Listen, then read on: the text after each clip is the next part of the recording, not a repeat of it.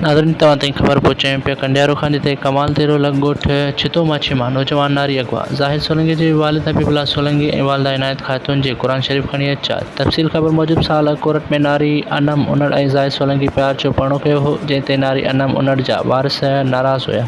नारी अनम उनड़ संदसि मुड़ुसु ज़ाहिद सोलंकी खे मारण जूं धमकियूं भी पिणु ॾींदा रहिया, जॾहिं त काल्ह मंझंदि जो शौकत उनड़, राहिब उनड़, अवेस उनड़, सदाम ऐं हथियारबंदनि जे ज़ोर ते ॻोठ छितो माछी जे विच में ॻोठ मां घर में दाख़िल थी करे घर भातियुनि ते तशदुद करे नारी अनम उनड़ खे अगवा करे खणी विया आहिनि।